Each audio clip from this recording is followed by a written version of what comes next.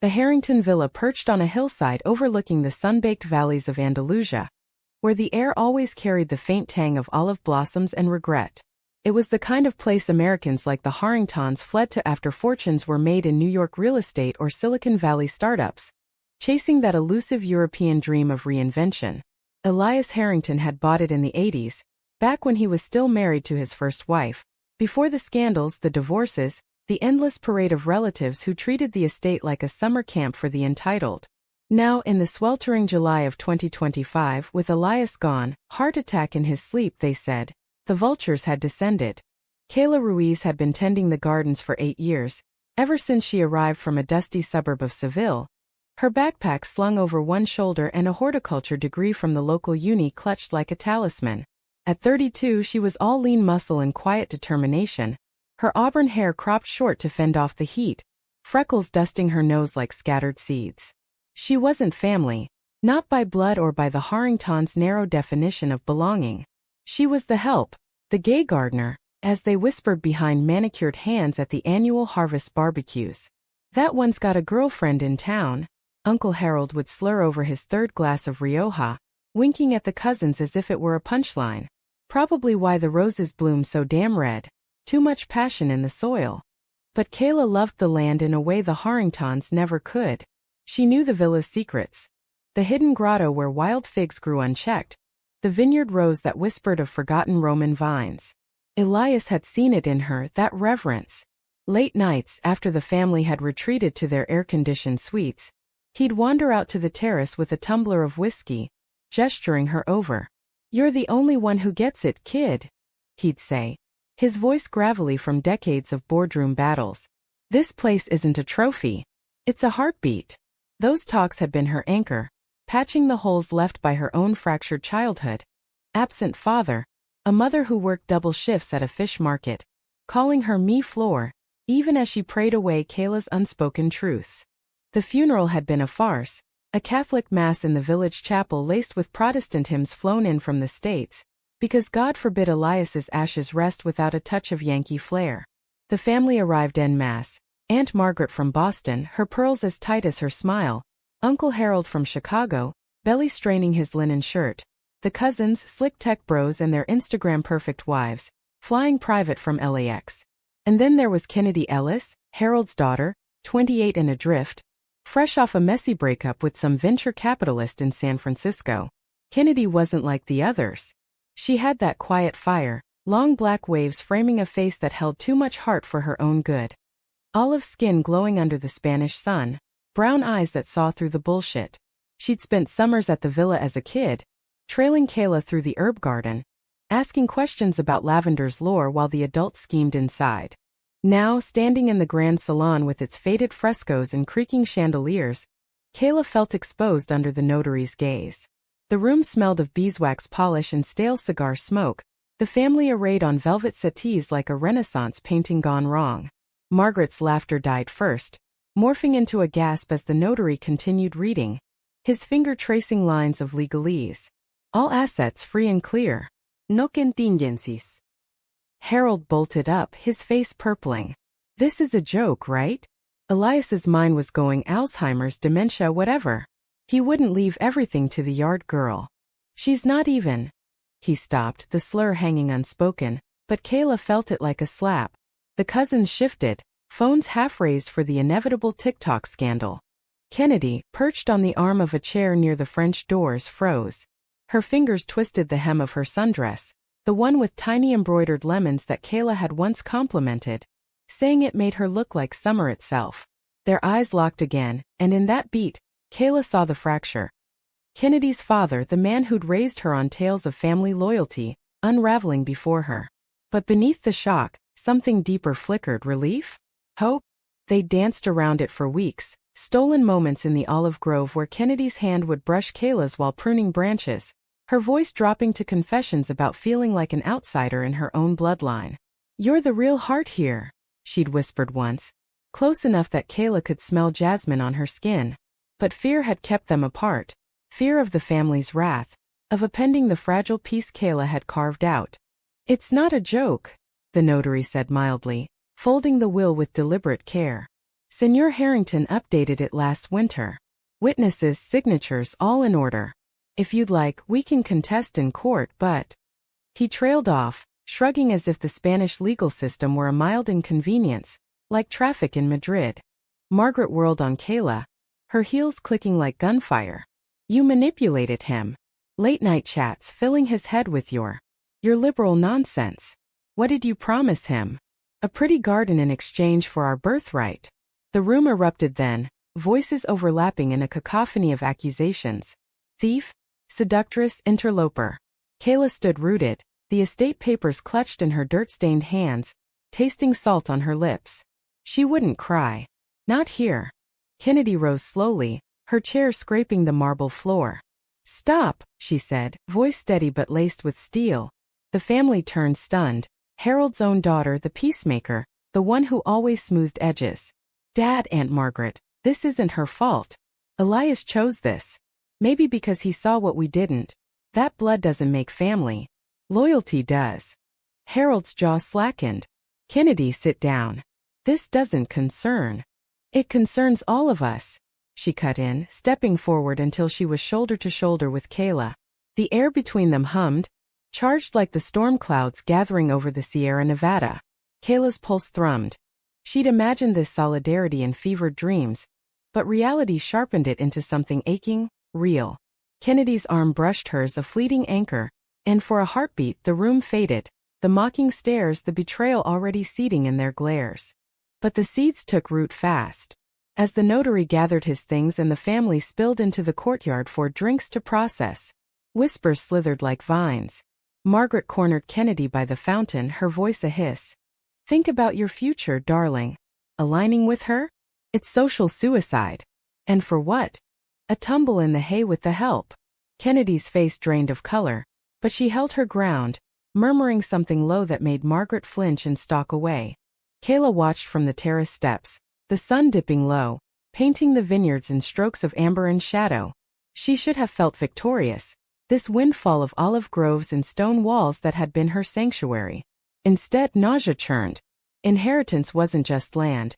It was the Harrington scorn weaponized, aimed at the woman she'd loved from afar, the one who'd slipped notes into her tool shed, quoting Neruda under the guise of poetry recommendations. I want to do with you what spring does with the cherry trees, one had read, unsigned but unmistakable. That night, as thunder rumbled distant over the hills, Kayla retreated to the gardener's cottage at the estate's edge. A humble adobe with a thatched roof and windows overlooking the sea. She paced the flagstone floor, the will spread on her scarred oak table like a map to war. Headlights swept the gravel path, her breath caught. Kennedy's Jeep, the one she'd borrowed from Harold, idled before cutting the engine. The door creaked open without knocking. Kennedy stood there, rain-damp hair clinging to her cheeks, eyes stormy. I couldn't let you face this alone, she said, voice breaking the silence like a wave. She crossed the room in 3 strides, pulling Kayla into an embrace that smelled of petrichor and possibility. No words at first, just the press of bodies, the shared tremor of what-ifs. Kayla's hands found Kennedy's waist, tentative, then sure, as if the estate's weight had finally cracked open the dam between them. They sank onto the worn sofa, Kennedy's head on Kayla's shoulder, the storm outside mirroring the one within. They hate me now, Kennedy murmured, tracing patterns on Kayla's arm. More than they ever hated you. But I don't care. Elias saw you, really saw you. And so do I. Kayla swallowed, the vulnerability raw. This changes everything. The land, the house. They'll fight it. And us? We're the punchline to their tragedy. Kennedy lifted her head, cupping Kayla's face with palms soft from city life but callous now from helping in the gardens. Then we rewrite the script. Together. Their lips met then, soft and searching. A kiss born of olive-scented afternoons and stolen glances. A promise amid the ruins. But dawn brought the lawyer's calls, the family's veiled threats. Margaret had already filed papers in Seville, claiming undue influence. Harold cornered Kennedy at breakfast, his voice oily. Think of your trust fund, kiddo. Walk away from this farce and it's yours. Otherwise. The betrayal stung deepest from him, the father who'd once pushed her on swings, now bartering her heart for hectares. As the days blurred into a haze of depositions and dirt-flecked dreams, Kayla and Kennedy forged their quiet rebellion. Mornings in the vineyard, hands entwined as they walked rows heavy with grapes, whispering plans for a co-op, sharing the harvest with local farmers, turning the estate into something communal, not conquest. Evenings by the cottage fire, Kennedy reading aloud from Elias's old journals, his regrets spilling like wine. Family is choice, not chains. I chose wrong too long. Yet the conflict festered. One blistering afternoon, as surveyors trampled the herb beds, Uncle Harold arrived unannounced, flanked by private investigators. We dug deep, Kayla, he sneered, tossing a dossier onto the picnic table. Grainy photos of her with an ex in Seville years back, twisted to imply blackmail. Elias was vulnerable. You preyed on it. Kennedy stormed out from the villa, face ashen. Dad, this is low, even for you. But Harold turned on her, eyes cold. Choose, Kennedy. Us or her. Blood or whatever this is. The air thickened, the sun merciless. Kayla's fists clenched, soil crumbling from her nails. Betrayal hung like smoke. Harold, who'd toasted her prunings at dinners past, now weaponizing her queerness like a club. Kennedy's voice cracked. You. I choose you. She linked arms with Kayla, defiant, but the cost etched lines on her face, the first fractures of exile. That night, as stars pricked the velvet sky, they lay in the cottage hammock, swaying gently. We'll lose them, Kennedy whispered, tears hot on Kayla's collarbone. But we have this, the land, us. It's enough. Kayla held her tighter, the estate's pulse sinking with their own. But deep down, she knew the real storm was coming. Not rain, but reckoning. The courtroom in Seville smelled of oiled wood and desperation, the kind that clung to faded wallpaper in old European halls of justice. It was mid-August now, the air conditioner wheezing against the Andalusian heat, and the Harringtons had spared no expense. Top lawyers from Madrid, flown-in experts on elder capacity, even a psychologist to paint Elias as a doddering fool swayed by emotional manipulation. Kayla sat at the defendant's table, her work boots scuffed against the tile, Kennedy beside her in a borrowed blazer that hung loose on her frame. The family's side was a fortress. Margaret preening in Chanel, Harold barking orders into his phone, the cousins live tweeting the drama for their follower counts. The judge, a stern woman with silver-streaked hair and eyes like polished obsidian, banged her gavel for order. Senor Ruiz, the plaintiffs allege coercion. Do you deny influencing Senor Harrington's testamentary decisions? Kayla leaned into the microphone, her voice steady as the olive roots she'd nurtured. No, Your Honor. I influenced him to remember what mattered. Elias loved this land like a child. He saw me pour my soul into it same as he did. That's no crime. Murmurs rippled through the gallery where locals, villagers who'd shared Kayla's market stalls, traded gossip over café con leche, nodded in quiet support. But the Harringtons' lawyer, a slick man named Vargas with a mustache like a broom bristle, pounced. He projected slides. Timelines of Kayla's access to Elias, highlighted chats about crop yields that he spun into intimate confessions.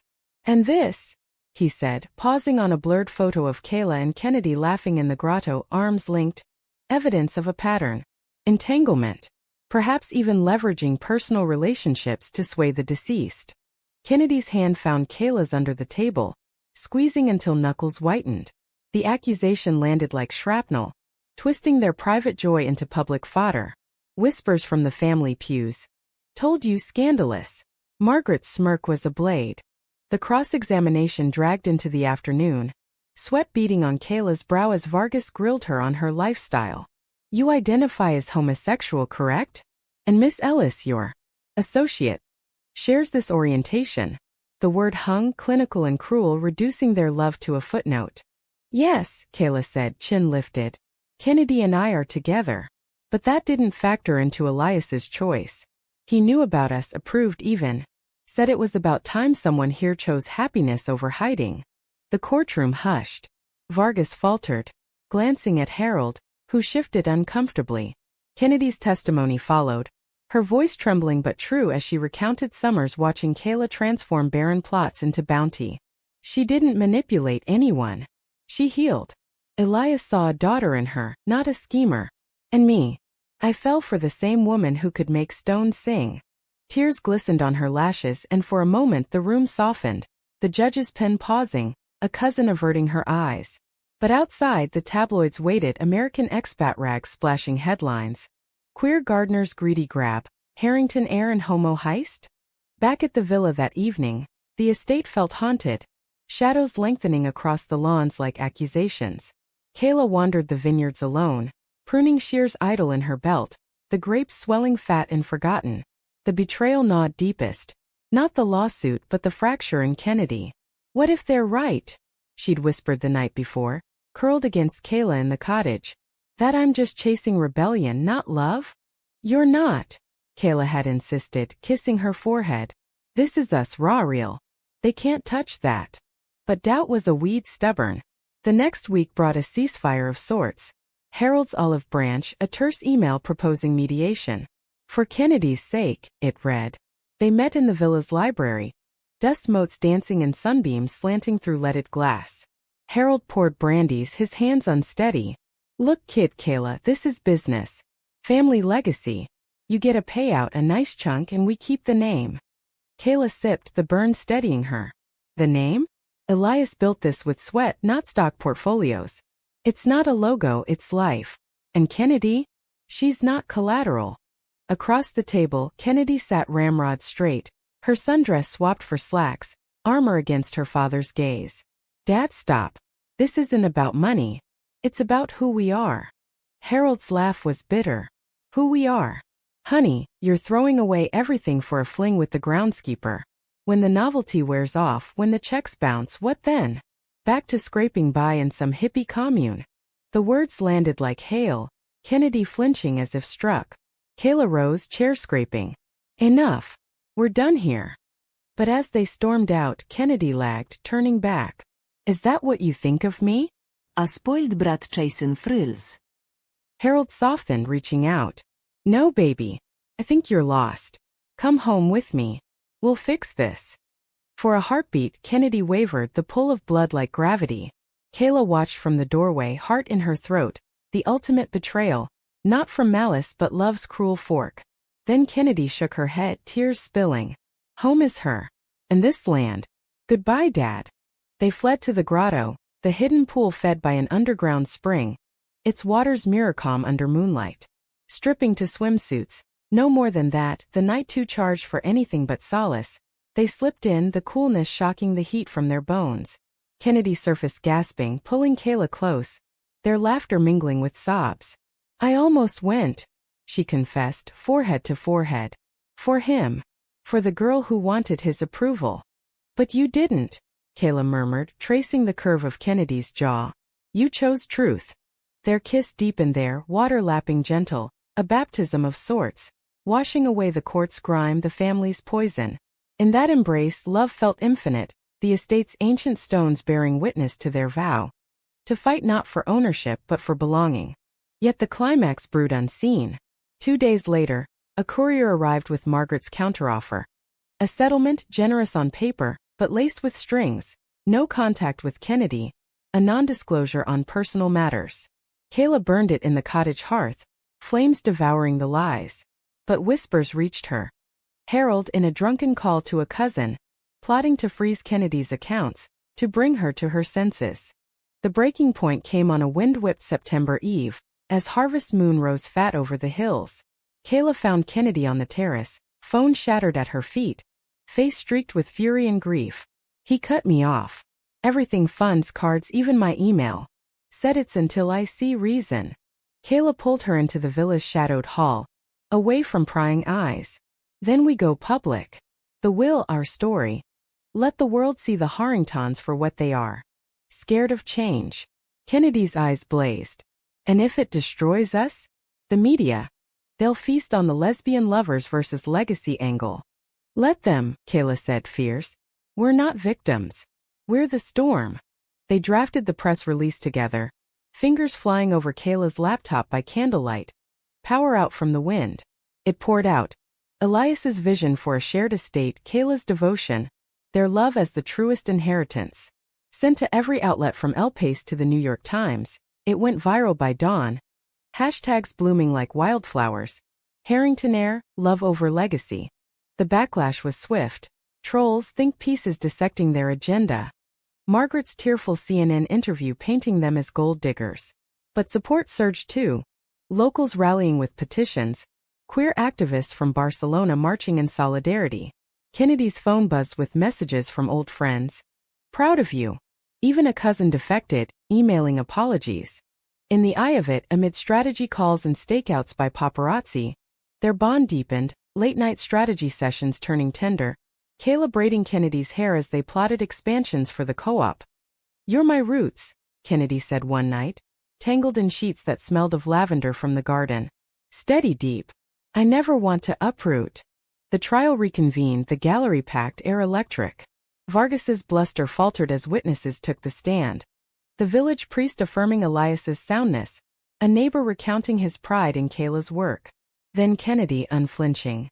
"My father betrayed us, not with money but with fear. He chose division over love.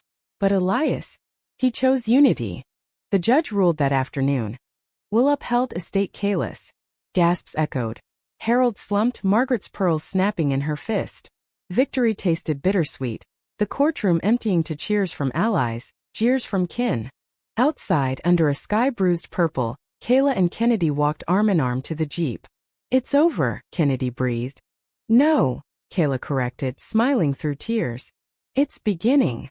But as they drove the winding road, headlights catching a figure at the gate, Harold alone, hat in hand, the real drama lingered. Forgiveness or final cut? The estate waited, vast and unforgiving, for their choice.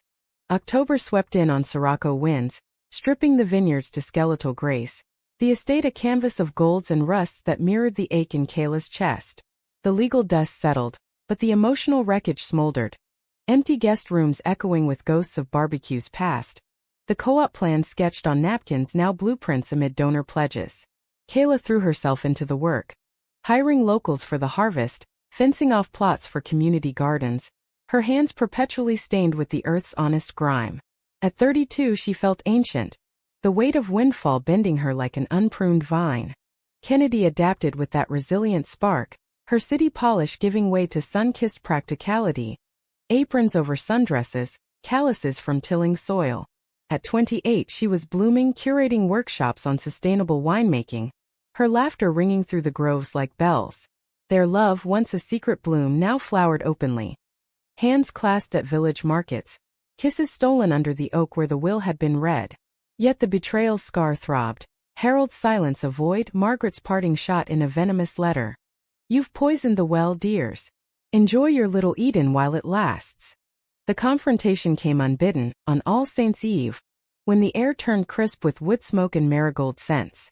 Kayla was in the herb garden, knees muddied, clipping rosemary under lantern light, when gravel crunched. Harold's rental car, a sleek black sedan out of place amid the Jeeps and Fiats. He emerged alone, older in the flickering glow, stoop-shouldered, eyes hollowed by weeks of seclusion in Chicago hotels, lawyering fruitless appeals. Kennedy spotted him from the terrace, freezing mid-sip of chamomile tea. "Kayla," she called, voice a-wire. They met him at the fountain, water gurgling like uneasy laughter. "Dad." Kennedy's tone was neutral, a shield. He removed his hat, twisting it. I came to see it. The place. Before I go back."